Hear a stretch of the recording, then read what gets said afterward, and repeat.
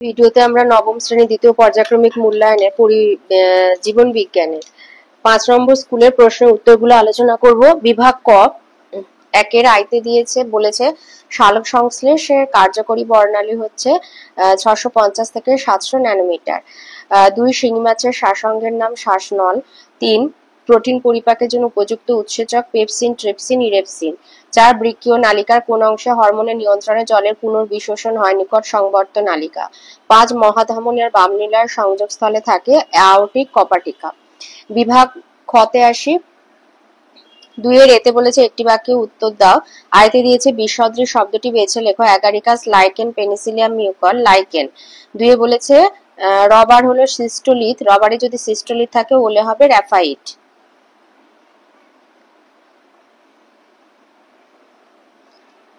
3 এতে বলেছে ব্লাড ব্যাংকে রক্ত রাখার জন্য ব্যবহৃত তঞ্চন বিরোধী একটি পদার্থের নাম। রক্ত তঞ্চনের জন্য প্রয়োজনীয় প্রথম 4টি ফ্যাক্টর: ফ্যাক্টর আই বা fibrinogen, factor 2 prothrombin, factor 3 thromboplastin, factor 4 হচ্ছে ক্যালসিয়াম আয়ন। তো এ বলছে হেপারিন নামক তঞ্চন রোধক রক্তবাহে রক্ত জমাট বাঁধতে দেয় না। ব্লাড ব্যাংকে সোডিয়াম সাইট্রেট আর ইডিটিএ কে রক্ততন্ত্রক রোধক হিসেবে ব্যবহার করা হয়। তাহলে ব্লাড ব্যাংকে থাকছে সোডিয়াম সাইট্রেট আর ইডিটিএ রক্ততন্ত্রক রোধক ব্যবহার করা হয়। বিতে দিয়েছে শূন্যস্থান পূরণ করো। আয়তে বলেছে কাণ্ডে উপস্থিত, এটা হবে লেন্টিসেলের মাধ্যমে বাষ্পমোচন ঘটে। 2 এ বলেছে যকৃতে ড্যাশ বিশ্লিষ্ট হয়ে বিলিরুবিন উৎপন্ন হয়।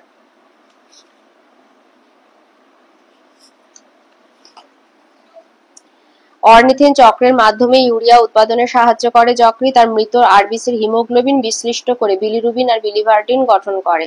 তাহলে মৃত আরবিসির হিমোগ্লোবিন বিশ্লিষ্ট হয়ে মৃত আরবিসির যকৃতে মৃত আরবিসি মানে রেড ব্লাড কর্পাসেল, যেটা লোহিত কণিকার হিমোগ্লোবিন বিশ্লিষ্ট করে বিলিরুবিন গঠন উৎপন্ন করে। 3 এ বলেছে মানুষের দাঁত বিভিন্ন প্রকারের হওয়ায় মানুষের দাঁতকে কি বলা হয়ে থাকে? এই যে মানুষের দাঁত 4 ধরনের, তাই হলো হেটেরোডন্ট। মানুষের দাঁত 4 ধরনের, তাই হচ্ছে হেটেরোডন্ট।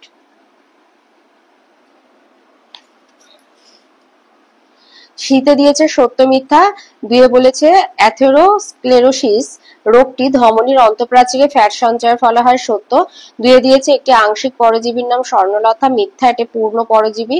3 এ বলেছে সক্রিয় পরিবহন ঘনত্বে নতিমাত্রার বিপরীত দিকে ঘটে, সত্য।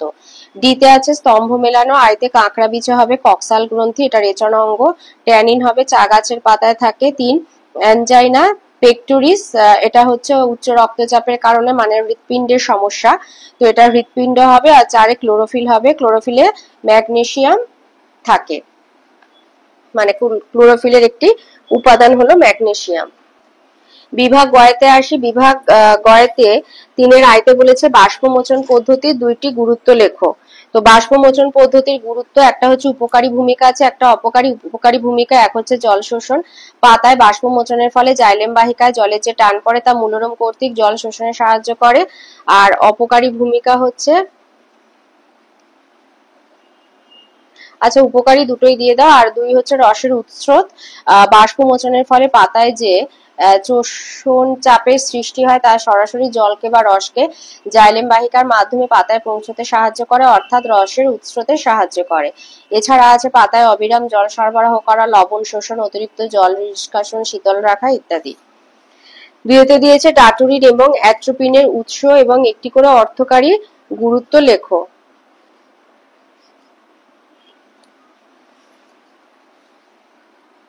অ্যাট্রোপিন আর দিয়েছে ডাটুরিন। এই যে ডাটুরিনের উৎস হচ্ছে ধুতরা গাছের পাতা এবং ফল। অর্থকারী গুরুত্ব হচ্ছে হাঁপানির ওষুধ প্রস্তুতিতে লাগে। আর অ্যাট্রোপিন হচ্ছে বেলেডোনা গাছের মূল ও পাতা থেকে পাওয়া যায়, তারারন্ধ্র প্রসারণের ওষুধ তৈরিতে কাজে লাগে। 3 দিয়েছে অ্যামাইলেজ উৎসেচকটির প্রকৃতি এবং উৎস লেখো। আচ্ছা প্রকৃতি লিখবে, এটা হচ্ছে কার্বোহাইড্রেট পরিপাককারী উৎসেচক আর অ্যামাইলোলাইটিক উৎসেচকের মধ্যে পড়ে আছে ptyalin, amylase, sucrase, lactose, maltose. এইসবের উৎস হচ্ছে লালা গ্রন্থি, অগ্নাশয় ও আন্তরিক গ্রন্থি। লালাশয়, অগ্নাশয় ও আন্তরিক গ্রন্থি। তাহলে আমাদের প্রকৃতি আর উৎস খালি বলেছে, তো প্রকৃতি হচ্ছে এটা কার্বোহাইড্রেট পরিপাককারী উৎসেচক। 4 বলেছে প্রদত্ত বিষয়ের উপরে ভিত্তি করে ধমনীর 2টি পার্থক্য লেখো। উৎপত্তি আর বলেছে কপাটিকার অবস্থান। আচ্ছা, উৎপত্তি লিখবে। ধমনী হচ্ছে, ধমনীর উৎপত্তি স্থল হলো হৃৎপিণ্ড, মিলনস্থল জালক, আর শিরার উৎপত্তি স্থল জালক, মিলনস্থল হৃৎপিণ্ড। ধমনী কপাটিকা বিহীন, শিরা কপাটিকা যুক্ত। 5 বলেছে সালোক সংশ্লেষ প্রক্রিয়া আলোক দশা জলের আয়নীকরণ পদ্ধতিটি বিক্রিয়া সহ লেখো।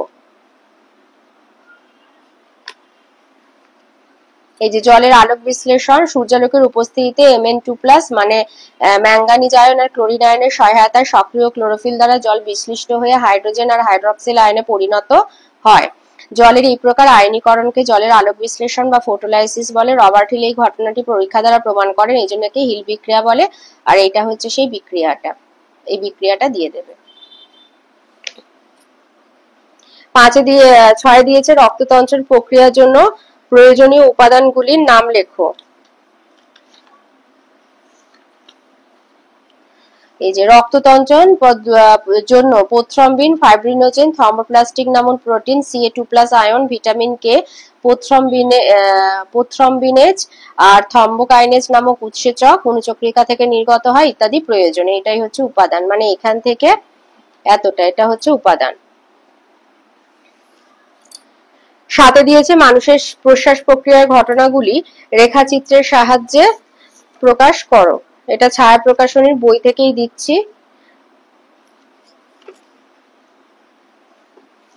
প্রশ্বাস প্রক্রিয়া মানে যে প্রক্রিয়ায় শ্বাসবায়ু আর কি শরীরে প্রবেশ করে। তাহলে শ্বাসবায়ু প্রথমে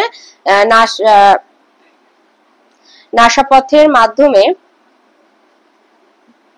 এই যে বহির্নাসারন্ধ্র, এই যে সবুজটা হচ্ছে প্রবেশ করছে, সবুজটা হচ্ছে অক্সিজেন যুক্ত বাতাস আর কি, এইটা দেবে। নিঃশ্বাস লাল কালিটা অ্যারোটা দেবে না, এটা আমাদের প্রশ্বাসের পথ বলেছে, তার সাথে এই প্রশ্বাসের এটা লিখে দেবে।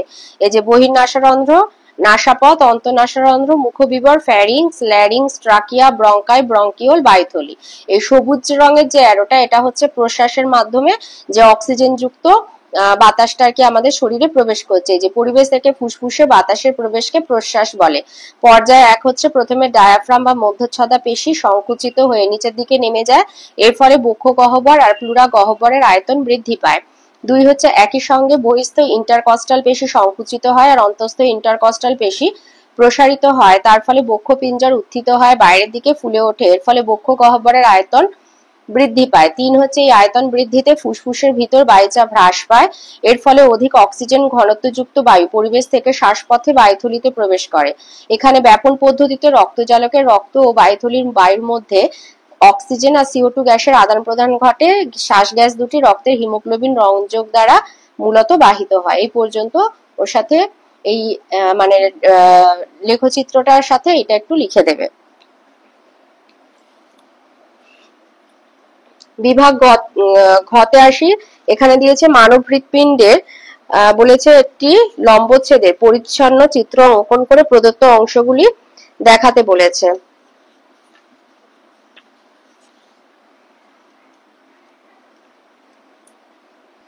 এই ছবিটা একে বিভিন্ন অংশ দেখিয়ে দেবে।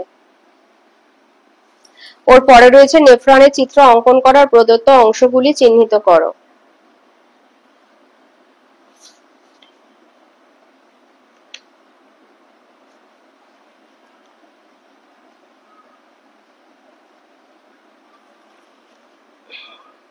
এই ছবিটা আঁকবে, এই যে নেফ্রন, এই ছবিটা আঁকবে।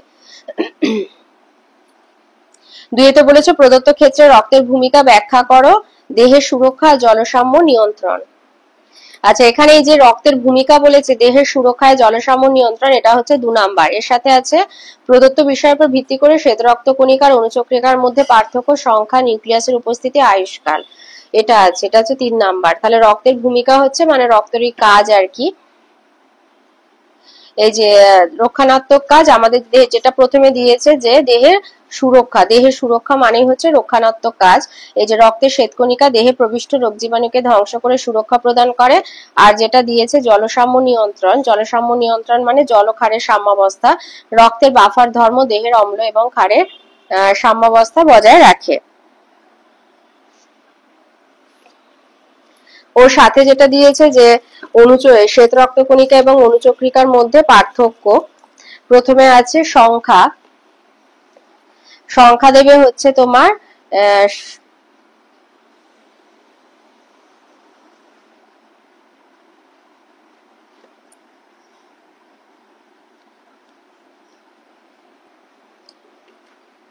আচ্ছা, শ্বেত রক্তকণিকার গড় সংখ্যা নিউট্রোফিল হচ্ছে 70 থেকে 80%, ইউসিনোফিল 2 থেকে 4%, বেসোফিল 0 থেকে 1%, লিম্ফোসাইট 25%, আর মনোসাইট হচ্ছে 2 থেকে 5%।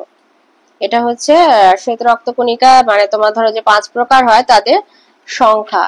আর অণুচক্রিকা হচ্ছে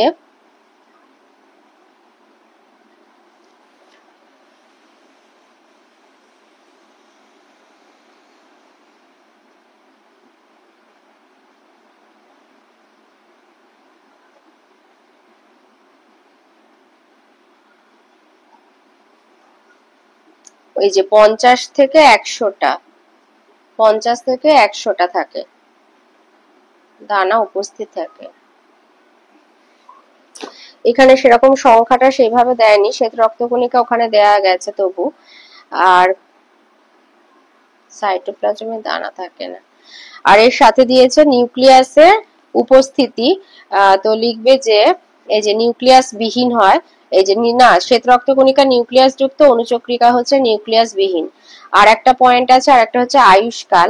লিখবে শ্বেত রক্তকণিকার গড় আয়ু সাধারণত কয়েক ঘন্টা থেকে 12 থেকে 13 দিন হয়, আর অণুচক্রিকা হচ্ছে গড়ে 8 থেকে 12 দিন বাঁচে। আচ্ছা, এর সাথে রয়েছে অথবাতে বলেছে সালোক সংশ্লেষ প্রক্রিয়া সূর্যালোকের ভূমিকা লেখো, আর ত্বককে আনুষঙ্গিক রেচনাঙ্গ বলা হয় কেন। এটা আবার এটা ছিঁড়ে গেল, এটা হচ্ছে 53 পেজে।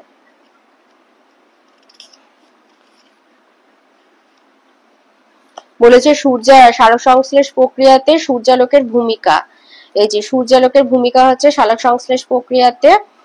লিখবে যে এক হচ্ছে সূর্যালোকের ফোটন কণা ক্লোরোফিল দ্বারা শোষিত হলে ক্লোরোফিল সক্রিয় বা তেজোময় হয়ে ওঠে এবং ক্লোরোফিল থেকে ইলেকট্রন নির্গত হয়ে যায়। সক্রিয় ক্লোরোফিল জল অণুকে বিশ্লিষ্ট করে হাইড্রোজেন, ইলেকট্রন এবং অক্সিজেন উৎপন্ন করে। একে ফটোলাইসিস বা জলের আলোক বিশ্লেষণ বলে, আর এই বিক্রিয়াটা দিয়ে দেবে।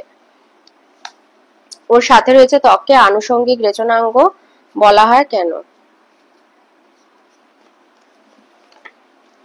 লিখবে যে প্রধান রেচনাঙ্গ বৃক্ক ছাড়া যেসব অঙ্গ রেচন ক্রিয়ায় সাহায্য করে তাদের অতিরিক্ত রেচনাঙ্গ বা আনুষঙ্গিক রেচনাঙ্গ বলা হয়।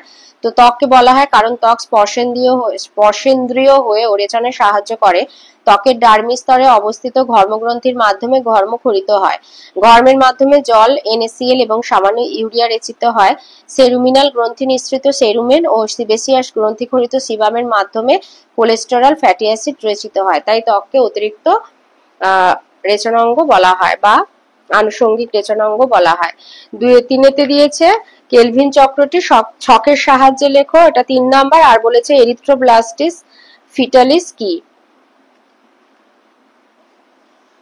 এটা বইতে গুছিয়ে দেয়া নেই, রায়মার্টিন সহায়িকাতে গুছিয়ে আছে, তো সেই জন্য এটা রায়মার্টিন সহায়িকা থেকে দিচ্ছি।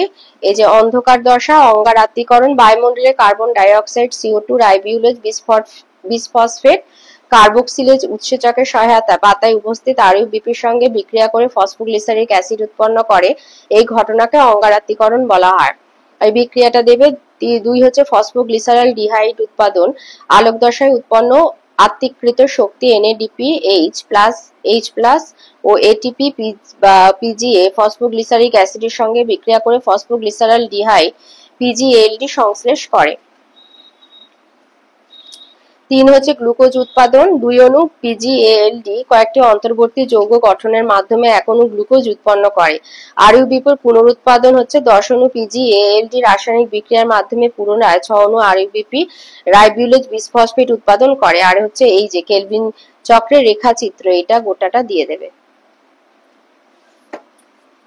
ওর সাথে বলেছে এরিথ্রোব্লাস্টিস ফিটালিস কাকে বলে। 328।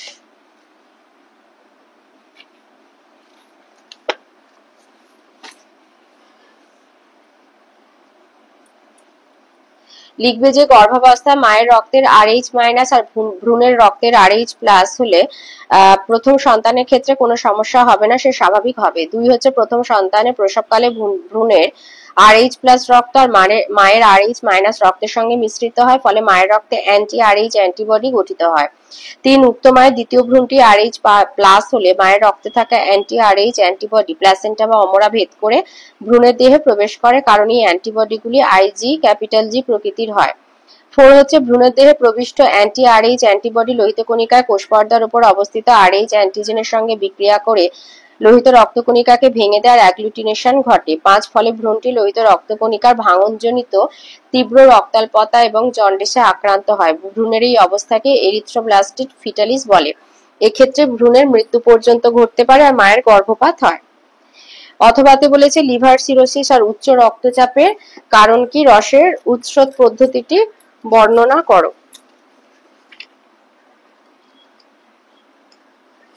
আচ্ছা, লিভার সিরোসিস হচ্ছে এই যে অত্যধিক মদ্যপানের কারণে যকৃতের ক্ষত, যকৃৎ নালীর কিছু অংশের অবলুপ্তি এবং যকৃতের কাঠিন্য দেখা যায়, এটাই হচ্ছে লিভার সিরোসিস। আর উচ্চ রক্তচাপ হচ্ছে ধূমপান, স্থূলতা, অত্যধিক লবণ খাওয়া, অ্যাড্রেনাল ও থাইরয়েড গ্রন্থির সমস্যা প্রভৃতি কারণে রক্তচাপ 140/90 মিলিমিটার অফ মার্কারির বেশি হলে তাকে উচ্চ রক্তচাপ বলা হয়ে থাকে। তাহলে লিভার সিরোসিসের কারণ হচ্ছে অত্যধিক মদ্যপান আর উচ্চ রক্তচাপ হচ্ছে ধূমপান, স্থূলতা, অত্যধিক লবণ খাওয়া, অ্যাড্রিনাল ও থাইরয়েড গ্রন্থির সমস্যা।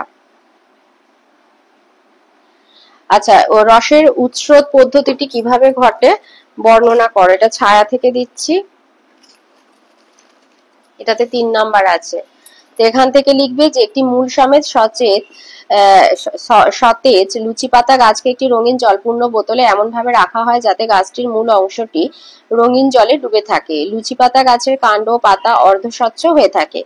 এইভাবে রেখে দিলে 1-2 ঘন্টা পর দেখা যায় যে লুচি পাতা গাছের কাণ্ড ও পাতাগুলি রঙিন হয়ে উঠেছে। এই পরীক্ষা থেকে বলা যায় যে মূল দ্বারা শোষিত জল কাণ্ডের মাধ্যমে পাতায় পৌঁছায়, অর্থাৎ রসের উৎস্রোত ঘটে। ধাপসমূহ হচ্ছে অধিক বাষ্পমোচন, সমসংযোগ। মতবাদ অনুযায়ী বাষ্পমোচন টান আর সমসংযোগ আসক্তি বল মূল থেকে পাতায় জল ও খনিজ লবণের দ্রবণ বা রস পরিবহন করে। এই ধারণা অনুযায়ী 1 হচ্ছে সমসংযোগের ফলে জলের অণুগুলো জাইলেম বাহিকায় জলস্তম্ভ রূপে অবস্থান করে। 2 হচ্ছে জলস্তম্ভ সৃষ্টিতে সমসংযোগ বল এবং বাহিকা বেয়ে ঊর্ধ্বমুখী গমনে আসক্ত বল সাহায্য করে। 3 হচ্ছে এই অবস্থায় বাষ্পমোচনের ফলে জল অণু বাষ্পীভূত হলে জলস্তম্ভে তা প্রবল টান সৃষ্টি করে। এই টান মূল অবধি বিস্তৃত হয় এবং নতুন জল অণু মূলে প্রবেশ করে নিরবিচ্ছিন্ন জলস্তম্ভ বজায় রাখে। 4 হচ্ছে এইভাবে সমসংযোগ, আসক্তি বল ও বাষ্পমোচন টানে যৌথ প্রভাবে নিরবিচ্ছিন্ন জলস্তম্ভে ঊর্ধ্বমুখী চলন হয়, অর্থাৎ উদ্ভিদের জাইলেম বাহিকায় রসের উৎস্রোত ঘটে। আর যদি পারো এই ছবিটা একটু এঁকে দেবে।